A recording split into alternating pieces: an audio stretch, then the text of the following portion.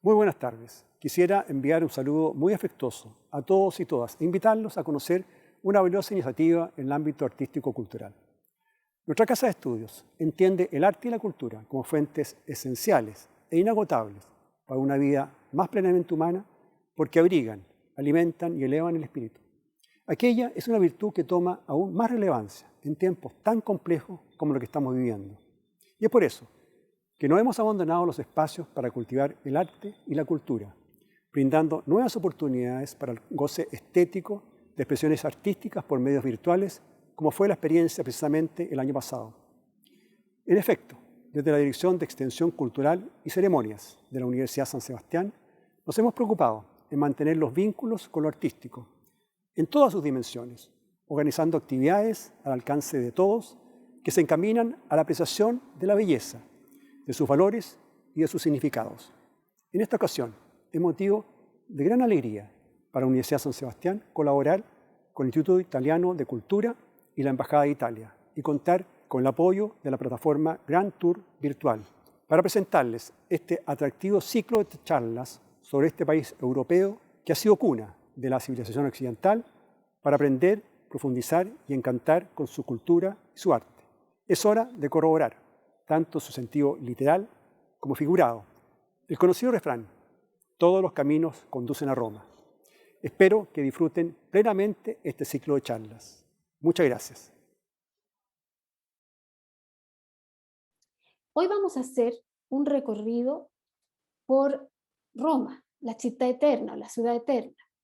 De hecho, hemos pensado y hemos llamado a este recorrido Camino al Coliseo, entre pasado y presente, debido justamente a la coexistencia en la ciudad de monumentos y obras de arte, arquitectura, que pertenecen a variados siglos de historia.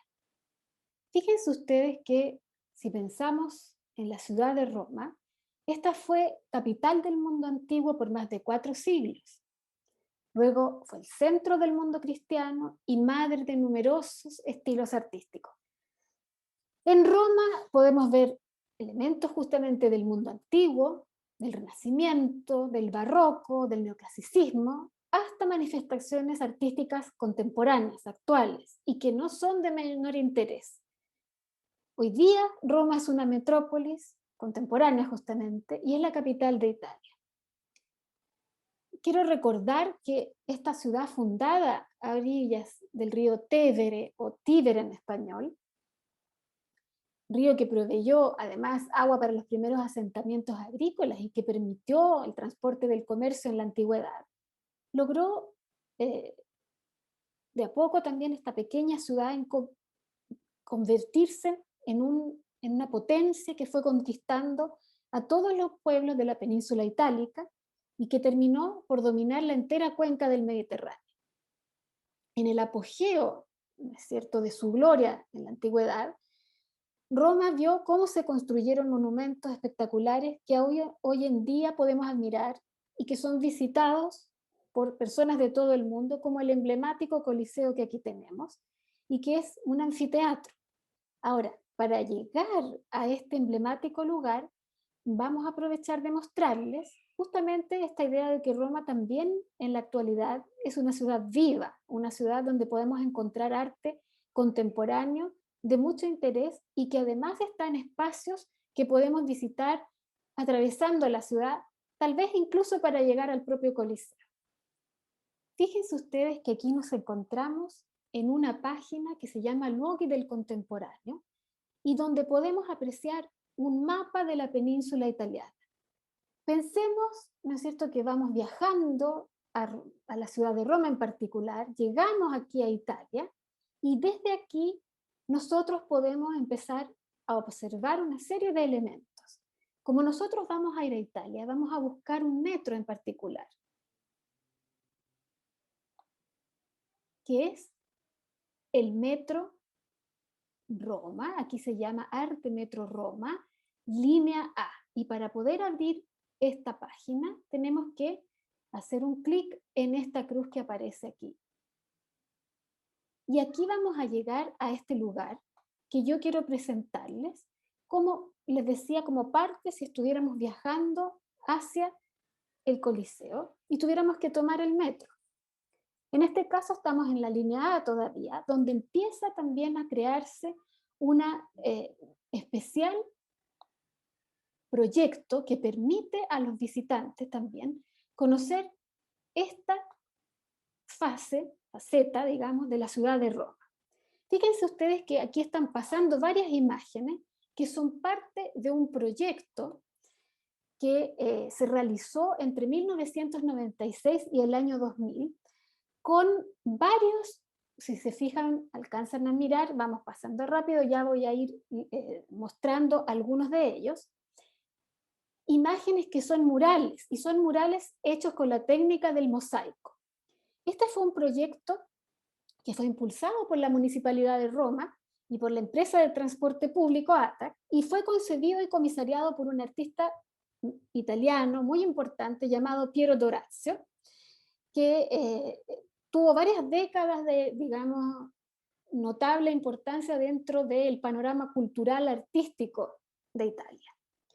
Y se pensó en un proyecto donde se mandaran bocetos hechos por artistas de todo el mundo.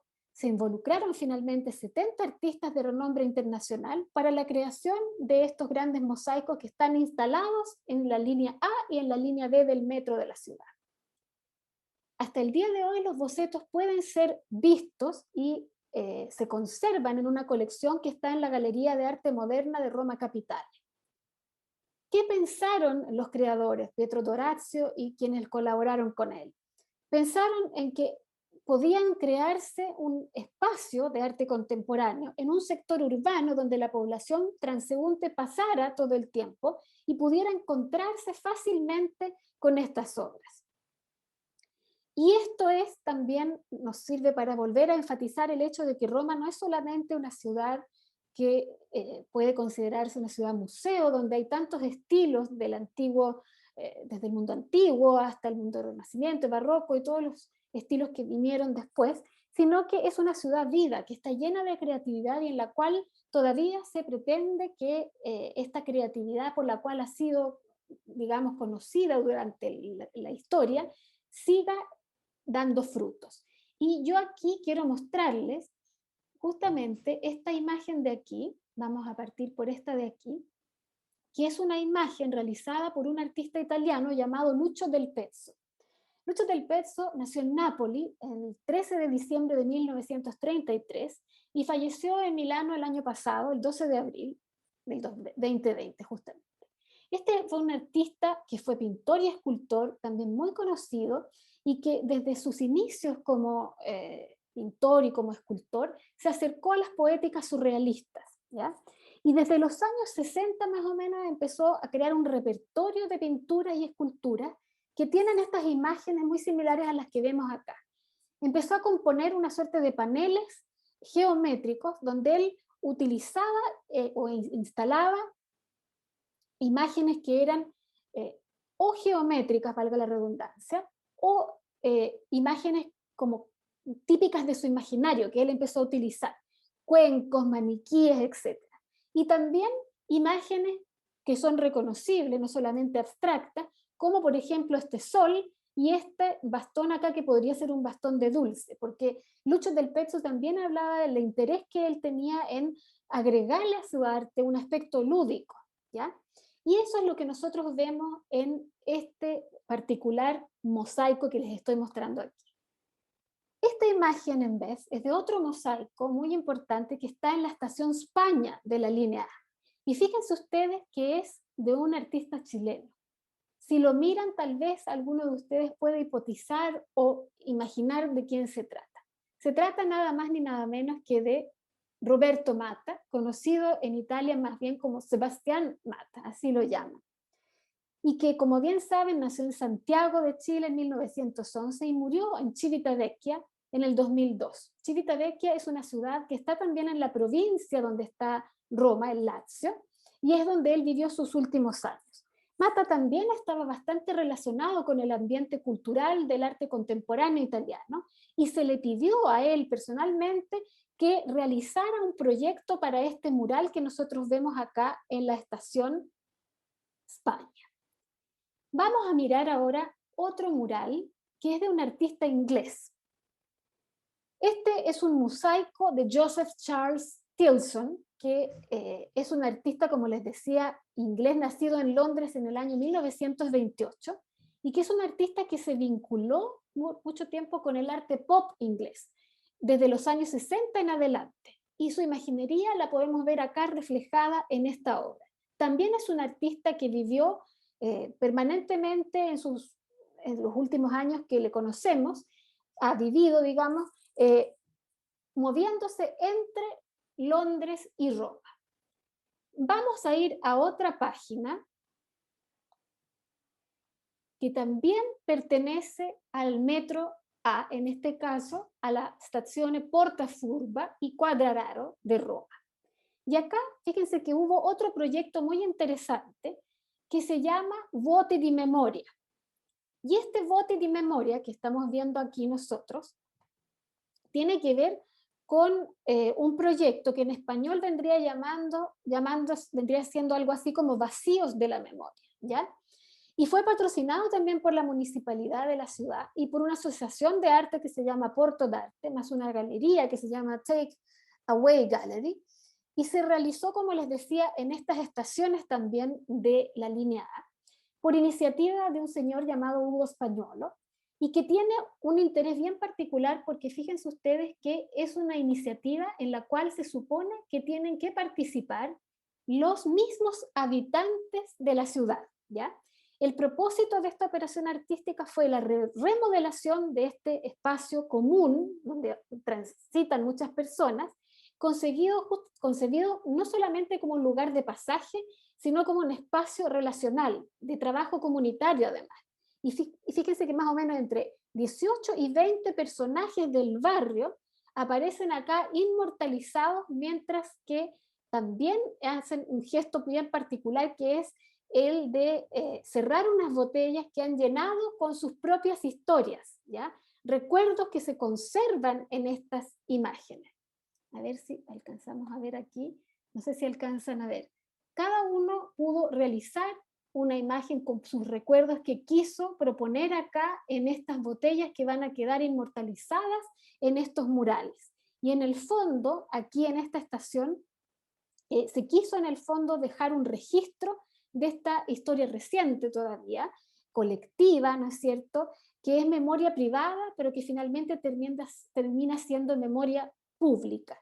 Imágenes de reminiscencias y de identidades contemporáneas. Piensen ustedes que la realización de esta iniciativa es del 2018. Y yo los invito cuando tengan la posibilidad también a entrar a esta página que se llama Luoghi del Contemporáneo, para que puedan visitar todos estos ambientes y mirar con detención de qué se trata. Y aquí pasamos al arte Metro Roma de la línea B, que es la que nos va a llevar finalmente al Coliseo. Fíjense ustedes que en este lugar, aquí también se han hecho murales, o sea, se prosiguió con este proyecto del que les comentaba anteriormente. Y muchos de estos murales que se coordinaron también y fueron ideados por Piero Dorazio y coordinados por Paolo Dorazio, están pensados para que las personas puedan acceder a este tipo de imaginería que les voy a mostrar en este momento.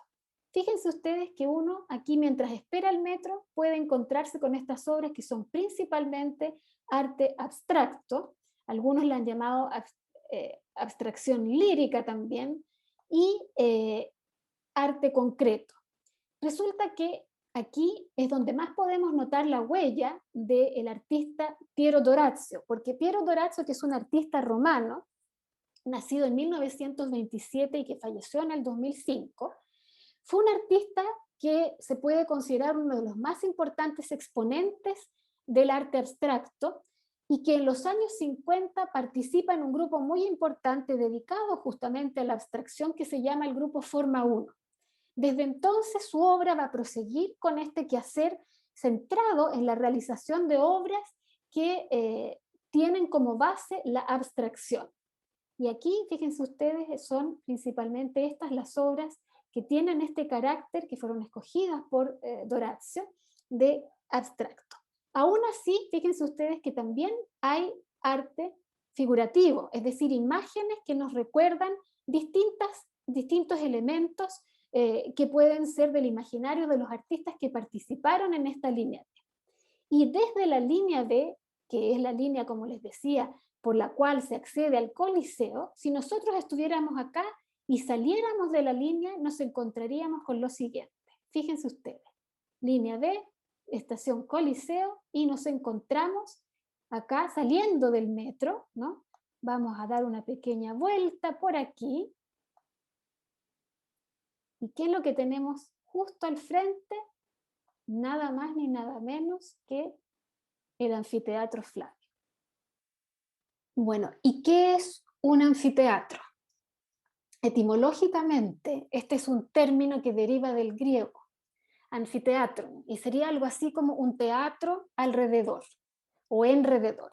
Es un edificio de forma elíptica que fue utilizado para espectáculos públicos.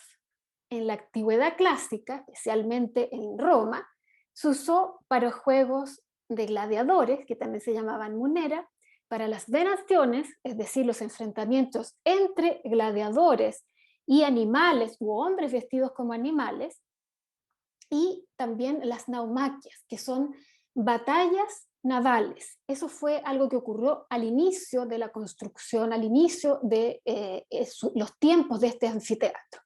Ahora, quiero hacer una salvedad.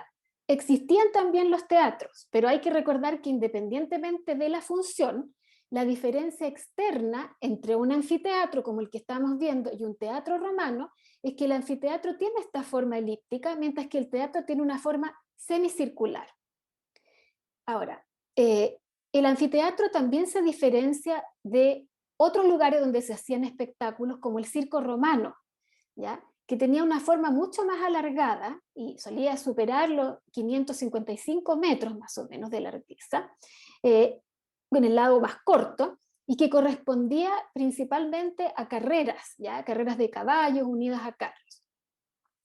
Ahora, pensemos que el anfiteatro, como lo estamos mirando acá, como forma arquitectónica también tiene una historia. Y yo quiero seguirles mostrando aquí esta imagen para contarles que hacia el final de la época republicana en Roma, se empiezan a construir edificios que van a tomar estos nombres, ¿ya? Se usaban con estas formas circulares o elipsoidales, ¿ya? Duplicando lo que había sido el teatro griego, o sea, con dos graderías o caveas, que se llaman así, que estaban en forma especular una de la otra, ¿ya? Como una enfrente de la otra, y al centro estaba un espacio que se llamaba la arena, que era donde se hacían los espectáculos.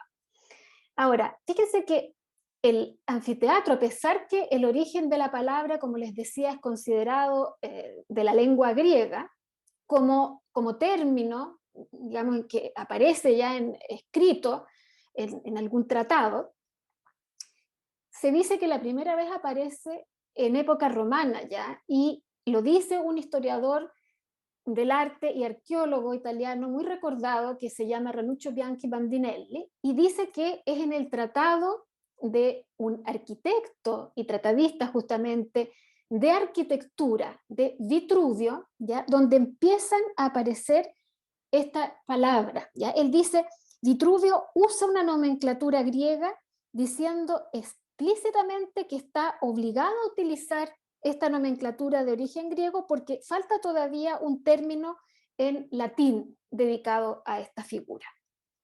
Ahora, ¿de dónde viene el origen?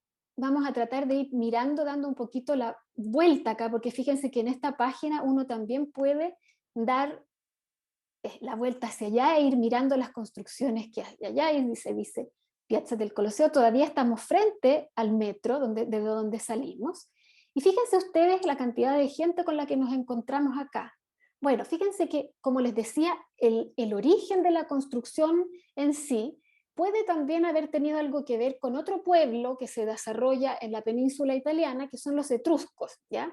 Una población que, se sabe, le gustaba mucho el deporte y las luchas. Claro que en ese tiempo se piensa que si estas estructuras existieron o hay algún precedente, tienen que haber sido hechas en madera. el anfiteatro más antiguo del que tenemos restos, ¿ya?, es el anfiteatro de la ciudad de Pompeya, erigida hacia el 70 antes de Cristo. Pero resulta que Pompeya fue recién desenterrada en el siglo XVIII. Y esta estructura que vemos acá, el anfiteatro Flavio, quedó desde su construcción en adelante y hasta nosotros como vestigio de esta gran historia, ¿no es cierto?, romana.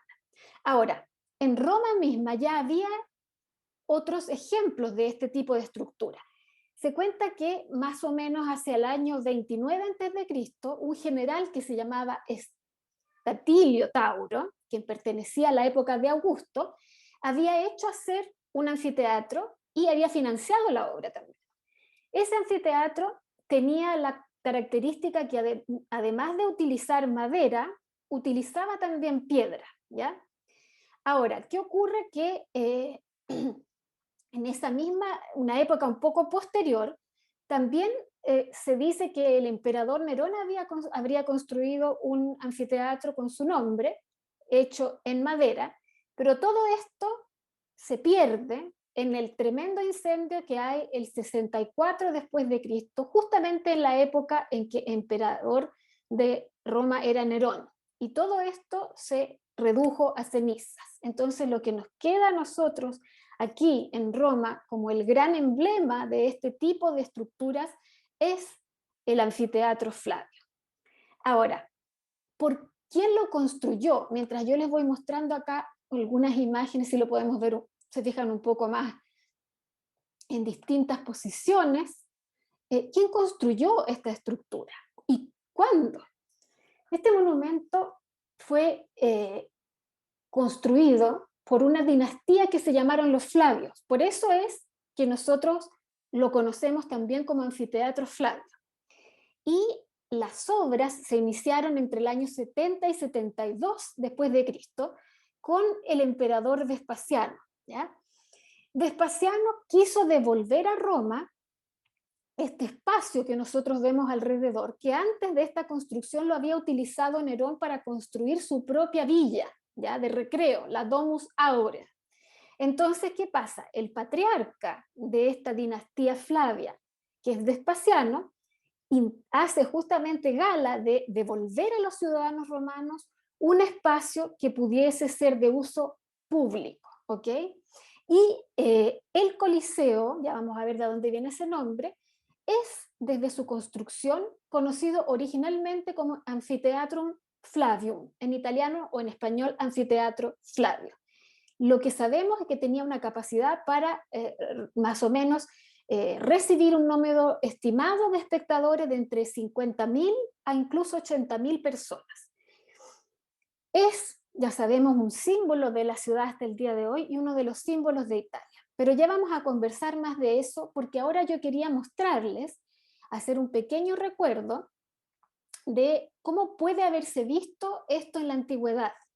Pero antes quisiera hacer otra salvedad y comentarles, fíjense ustedes que acá se ve un arco, este es el arco de Constantino, y un poquito más allá, si nosotros quisiéramos ir caminando, tratemos de ir por, en este caso vamos a ir, es una calle que está cerrada, si ustedes se fijan, vamos por aquí, alcanzamos a notar acá atrás otra estructura importante que son los foros romanos.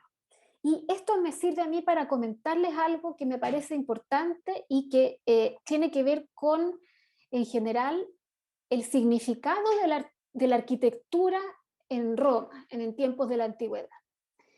El campo de la arquitectura en la antigüedad clásica, que va más o menos, si uno quiere hacer una cronología, desde el siglo V antes de Cristo hasta el siglo II después de Cristo, hay quienes dicen que incluso llega hasta el siglo V después de Cristo, es un campo vasto y muy innovador, ¿ya? Es cierto que, como les he comentado, se toman nomenclatura y además modelos constructivos y de ornato, o sea, de decoración y de estilos que vienen del mundo griego helenístico, pero la arquitectura romana elabora y desarrolla una concepción propia del espacio y de la forma, ¿ya? Ya desde la época republicana, y aquí vamos a volver a mirar al anfiteatro Flavio desde este costado, dice el historiador Giulio Carlo Argan, los intereses ideológicos y pragmáticos de los gobernantes favorecieron que se crearan técnicas constructivas muy precozmente, se buscaran soluciones a problemas concretos de construcción en cuanto a los materiales, ¿ya? Y a los elementos también que conformaban una ciudad más avanzada, desde los campamentos, a los muros de soporte, a las cloacas, etc. Y ahí es cuando también, en esa época, empieza también a tomarse en cuenta el tema del decoro, ¿ya? El ornato, ¿ya? Entonces, por una parte está la utilidad del edificio y por otra parte el ornato que empieza a adquirir importancia. Y se siente la necesidad de dar a la ciudad una cara visible, ¿ya? Que corresponda al desarrollo de esta, y empiezan a aparecer estos grandes edificios públicos. Con la época de César ya se concibe un plano regulador de la ciudad, ¿no es cierto?, que también tenga consideración de las condiciones higiénicas de la ciudad. Y ya en época imperial, con Augusto y Agripa, estas medidas van a ver la luz. Y es justamente desde la época imperial que todos los emperadores que vengan en adelante van a querer dejar una huella visible de su persona y de sus gobiernos, erigiendo estos edificios soberbios, monumentales, y aquí es donde llegamos al anfiteatro Flavio y a su construcción. Quiero mostrarles ahora algunas imágenes que saqué de distintos lugares para hacer una pequeña comparación con lo que tal vez se pudo ver antes de que nosotros viéramos, como lo vemos ahora, se fijan ustedes acá, a el anfiteatro Flavio o el Coliseo. Y fíjense que acá les cuento, estas imágenes son aproximadamente del año 2018, no son tan antiguas, pero claramente antes de la pandemia, donde podemos ver a la gente paseando, haciendo filas gigantes para poder llegar a esto. Entonces, voy a mostrarles estas imágenes y vamos a comentar algunos elementos específicos del Coliseo. En esta imagen, el anfiteatro Flavio lo vemos reconstruido como habríamos visto tal vez en la antigüedad. Y fíjense que al costado hay una estatua de grandes dimensiones, un coloso, un colosum como se le llamó en la época, que poco a poco, por analogía, dio el nombre también a esta estructura monumental de Coliseo. Resulta que, como les comenté, el Coliseo se emplaza en el lugar que anteriormente había sido parte de la Domus Aurea, la casa de Nerón, y la estatua, se dice, también era en origen una estatua que representaba al emperador Nerón. Según Plinio el Viejo, esta estatua medía como 37 metros y se alzaba además sobre un pedestal de mármol, por lo tanto alcanzaba casi la altura de la estructura del anfiteatro, ¿ya? Un 75%, dicen los expertos. El anfiteatro en aquel tiempo era tenía alrededor de 50-52 metros de altura, entonces por analogía se pasó a llamar de un coloso al otro el Coliseo, el anfiteatro Flavio. ¿Qué pasó con la estatua? Cuando murió Nerón, se le cambió las facciones, ¿ya? Y se le agregó una corona para asimilarlo al sol, como personificación, ¿no es cierto?, del astro rey. Y la verdad es que el nombre Coliseo se empezó a hacer popular hacia principios de la Edad Media, ¿ya? La estatua en particular desapareció probablemente en algún momento al final del Imperio Romano de Occidente, cuando llegaron las invasiones barbáricas, ¿no es cierto?, en el siglo VI, aunque la mención de esta estatua prosiguió todavía por algún tiempo más. Lo otro que quiero mostrarles es la fachada como la habríamos podido ver en sus mejores tiempos, ¿ya? Aquí vemos como todavía se ve un pedazo de cómo la vemos actualmente, y en esta imagen realizada en computador vemos cómo habría sido si nosotros hubiéramos estado presentes en el momento en que este monumento, digamos, tenía su función activa y estaba en su máximo esplendor. La fachada exterior actualmente ha sido calculada en 48,50 metros de altura. En sus mejores tiempos se dice que tal vez era un poco más alta. Es de travertino, que es una roca calcárea sedimentaria muy usada en la construcción romana, y la fachada tiene órdenes en 4 niveles, como ustedes pueden ver, según además un esquema que era típico a estas construcciones, ¿no es cierto?, para espectáculos del mundo romano. Los 3 registros inferiores tienen 80 arcos numerados que están sostenidos por pilares que además poseen adosadas semicolumnas, ¿ya? Mientras que este cuarto nivel, el ático le llaman, está compuesto por un muro macizo, ¿ya? Que está marcado también por pilastras, ¿ya? Y que muy probablemente tenía, además de estas ventanas, alternadamente unos escudos de bronce, ¿ya? Ahora, desde el punto de vista del estilo, el estilo con que está hecho la fachada son estilos que sucesivamente pasan del orden toscano al orden jónico al orden corintio, y el piso superior se define como un estilo compuesto, ¿ya? La última imagen que les quería mostrar, y me voy a poner aquí a este costado para que la puedan ver de la mejor manera, es relativa a una cubierta que supuestamente tenía el Coliseo cuando estaba siendo utilizado para su función principal, que eran los espectáculos. Esta cubierta se llama velarium en latín, o velario, y estaba formada por telas que cubrían las gradas donde estaban sentados los espectadores, pero dejaban al descubierto la arena central. El velarium se utilizaba para proteger justamente a las personas del sol y era operado por un destacamento de la Marina romana que hacía, ¿no es cierto?, los movimientos para ponerlo y sacarlo. Ahora, desde el punto de vista del material, esta tela, que era una tela utilizada para la construcción de la vela de los barcos, por eso velarium, después se supone que fue sustituida por un material más ligero, que supuestamente puede haber sido el lino, y se desplegaba con un sistema muy complejo de cuerdas y poleas que eran accionadas por estos marineros.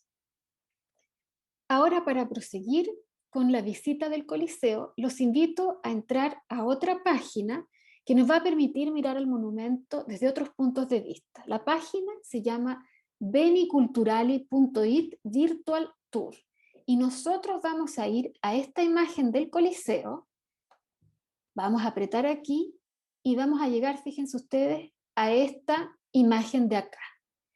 Si nosotros queremos recorrer de nuevo el Coliseo, vamos a tener que hacer un ejercicio con el computador y podemos ir utilizando las flechas que nos encontramos en nuestro tablero en el computador para ir mirando otras imágenes. Fíjense que acá salimos a otro costado distinto de la salida del metro. Estamos al otro lado, ¿ya? Estamos en esta calle que se llama Vía Celio Vivena, ¿ya? Y con las flechas que nosotros tenemos acá, podemos ir avanzando hacia este costado o hacia este otro, y rotando acá para poder ver otras imágenes. Y acá fíjense ustedes con qué nos encontramos. Nos encontramos con los foros romanos. Y les puedo comentar entonces que el anfiteatro romano fue construido en el borde este del foro romano. Si queremos seguir mirando imágenes del Coliseo, vamos a ir haciendo este ejercicio con las flechitas, como les comentaba, y vamos a ir moviéndonos, nos podemos alejar, nos podemos acercar y también podemos lograr encontrar otras imágenes. Aquí ven ustedes, va apareciendo otra visión, otra visual, otra vista del Coliseo. Y fíjense que acá nos encontramos, como les había comentado, con imágenes prepandemia, donde todavía la gente se juntaba aquí, ¿no es cierto?, en este piazzale del Coliseo, haciendo cola o buscando la manera de entrar o mirando simplemente alrededor este monumento que ustedes pueden visitar a través de estas páginas. Ahora, si yo vuelvo a apretar estas flechitas que están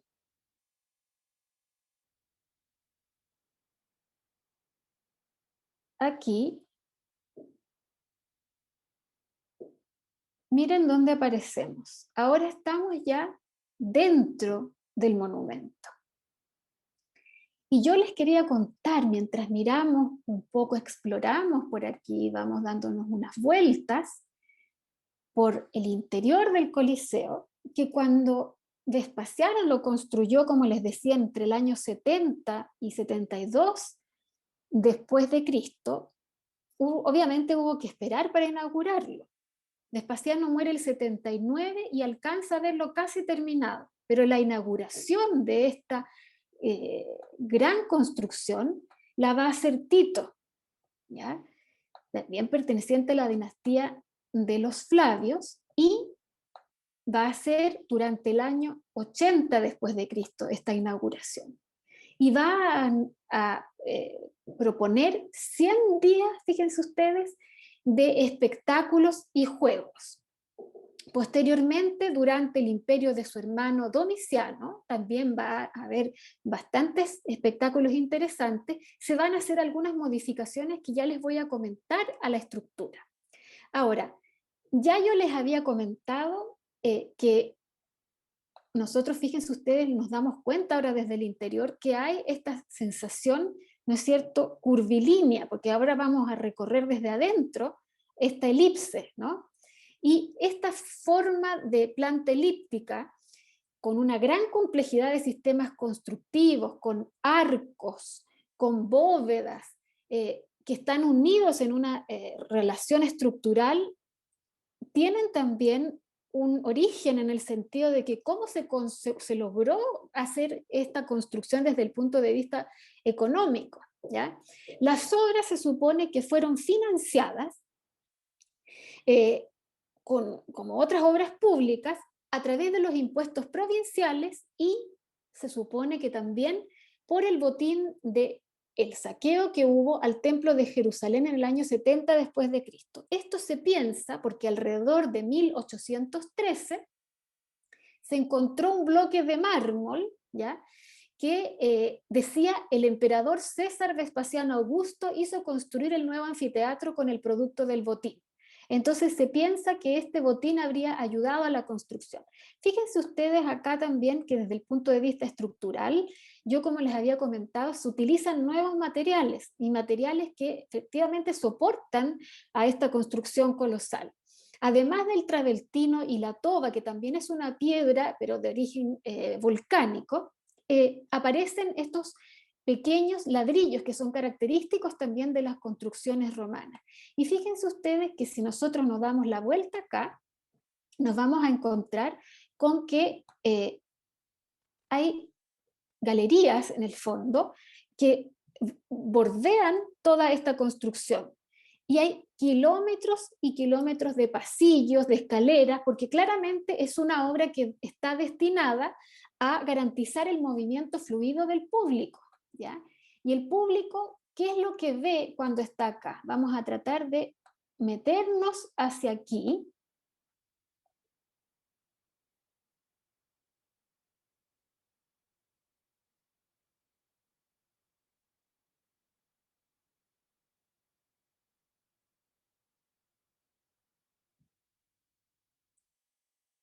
Se fijan ustedes, estas galerías que son abovedadas también, nos van a llevar a mirar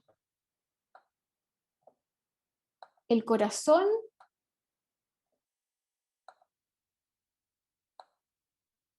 del edificio. Y acá nos vamos a situar un momento para ver lo que resta de esta enorme construcción. Bueno, como yo les contaba, esta parte de acá que nosotros vemos al interior es la famosa arena, ¿ya? Ahora, esta era en principio una plataforma de arena que por supuesto tenía abajo una estructura de madera, ¿ya?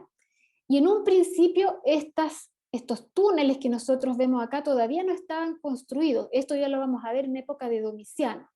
Por lo tanto, ¿qué se hacía? Se cubría con arena esta plataforma que tenía un trozo grande de madera y por lo tanto esto se llamaba arena.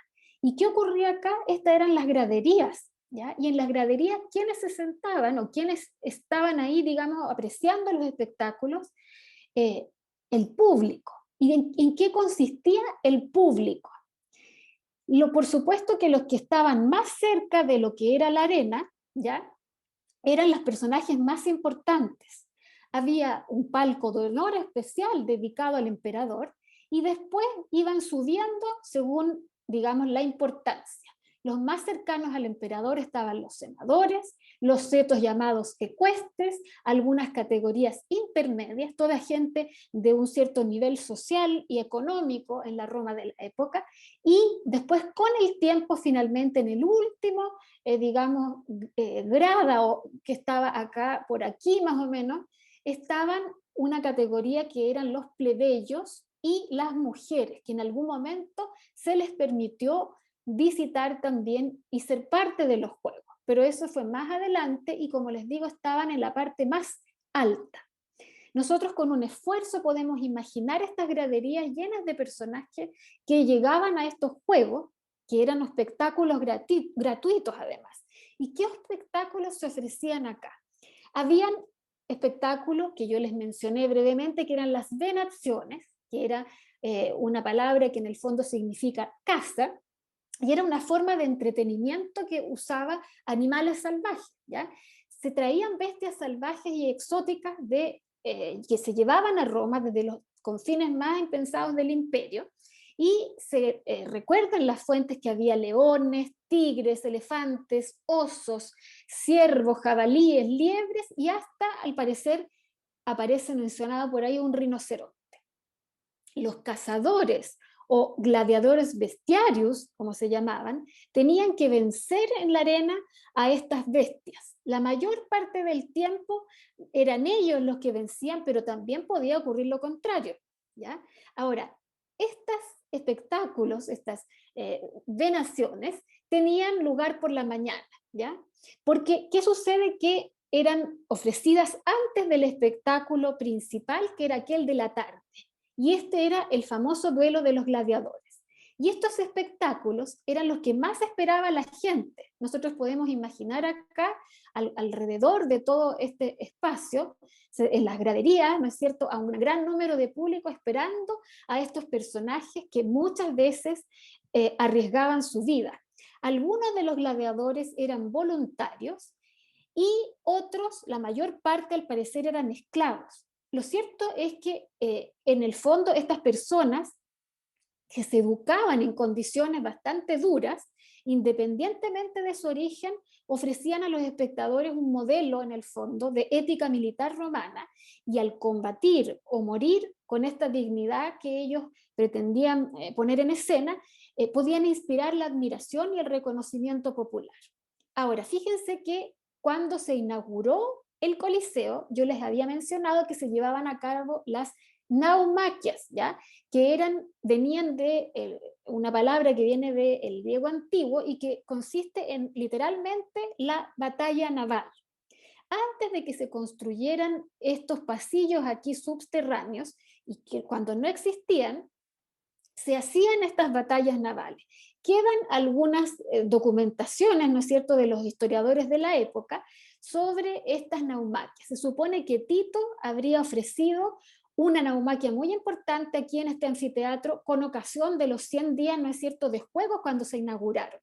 Y también después, según el historiador Suetonio, se supone que Domiciano ya organizó una naumaquia hacia el año 85 después de Cristo, para que, digamos, luego, hacia el año 89, con las nuevas modificaciones, se construyera, al construirse esta red importante subterránea de habitaciones, ¿no es cierto?, que aún hoy día nosotros les estamos observando, ya terminara este tipo de espectáculos aquí en el anfiteatro Flavio, porque claramente no se podía volver a llenar de agua ese espacio, ¿ya? Este espacio que es, como les decía yo, la arena. La arena, porque como les decía, estaba cubierto esto, además de una madera a la cual se le ponía arena encima. Por eso, de ahí el nombre. Ahora, todo este subsuelo que nosotros podemos ver acá, si nosotros nos posicionamos un poco más a este lado, es un complejo espacio hecho de túneles y de habitaciones o mazmorras que en el fondo alojaban a las animales feroces, a los gladiadores, y además había una suerte de montacargas que ahora podríamos pensarlo como un precedente de algún tipo de ascensor, ¿no es cierto?, muy, muy rudimentario, pero que permitía, ¿no es cierto?, salir desde ahí a la fiera salvaje o al gladiador. Fíjense que desde el punto de vista de la historia, ¿ya?, hay una cosa que yo tengo que mencionar, y es que el Coliseo por mucho tiempo se pensó que fue un lugar de martirio para los cristianos, lo cual es una teoría infundada, porque en realidad no hay evidencia de tal cosa. Se piensa más bien que en los periodos en que los cristianos fueron perseguidos, estas prácticas se realizaron más bien en lugares como el circo romano, ¿ya? El anfiteatro Flavio, como nosotros lo vemos acá, y que tuvieron estos juegos, ¿no es cierto?, que hacían vibrar a la población de la ciudad, fue utilizado por un tiempo aproximado, ¿no es cierto?, que llegó hasta el siglo VI, con esta función de entretención, y luego entró en desuso, ¿ya? Y esta enorme estructura que había sido como los actuales, ¿no es cierto?, podríamos pensar en los estadios de fútbol actuales, donde la gente va y se entretiene con estos juegos, ¿no es cierto?, de partidos de fútbol, o a veces también se realizan otro tipo de eventos. Dejó de ser utilizada luego, como les decía, de la caída del Imperio Romano de Occidente, y pasó a ser reutilizada de distintas maneras a lo largo del tiempo. Mientras nosotros seguimos aquí dando una vuelta por lo que no podremos actualmente ver si estuviéramos en presencia, ¿no es cierto?, estuviéramos aquí directamente en esta estructura. ¿Qué ocurrió con esta grandiosa estructura durante el paso del tiempo? Pasaron varias cosas.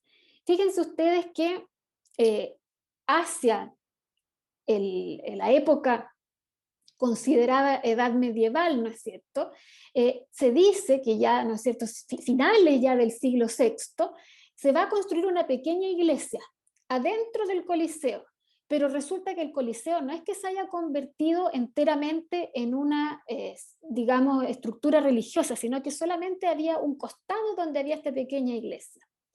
La parte que corresponde a la arena acá, dicen que se convirtió en un cementerio en aquella época.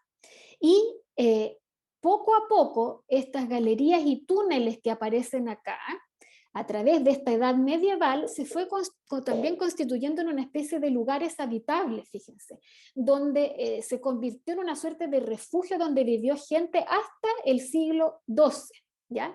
Ahora, hay un profesor de la Universidad de Roma III, que es arqueólogo e historiador, que se llama Riccardo Santangeli, que nos cuenta lo siguiente, yo quiero citar, dice: las excavaciones nos permiten establecer las fases de estos usos que se le dio al anfiteatro Flavio, como las grandes estancias y estructuras fueron utilizadas en la Edad Media como casas, almacenes, establos.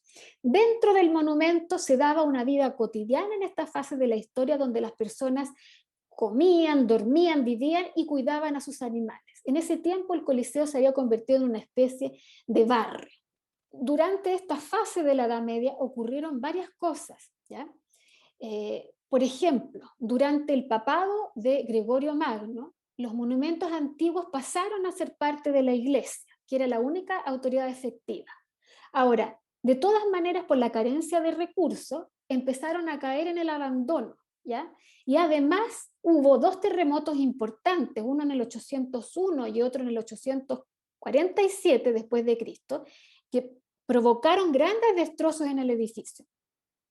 Ahora, fíjense ustedes que en el año 1084, cuando el Papa Gregorio VII fue expulsado de la ciudad, muchos monumentos pasaron a manos de familias nobles romanas, ¿ya?, que los empezaron a utilizar como fortaleza. Y este fue el caso también del Coliseo, que alrededor del año 1200 aparece como propiedad casi de la familia Frangipani, que se había apropiado de esta estructura y lo fortificó utilizándolo efectivamente como una fortaleza.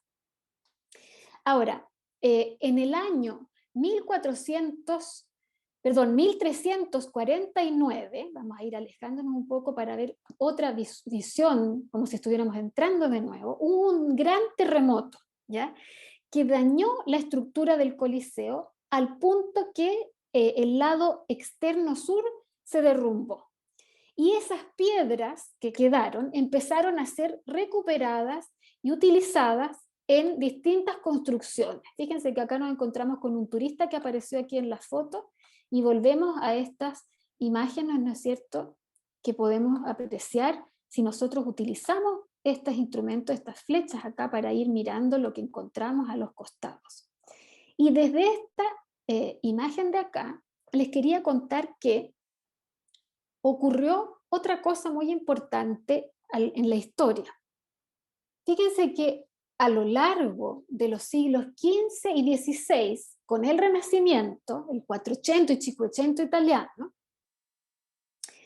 hay un momento en que el Coliseo es redescubierto como patrimonio antiguo y una serie de artistas le dan una importancia fundamental como modelo de aquel mundo antiguo que ellos quieren recuperar, ¿ya?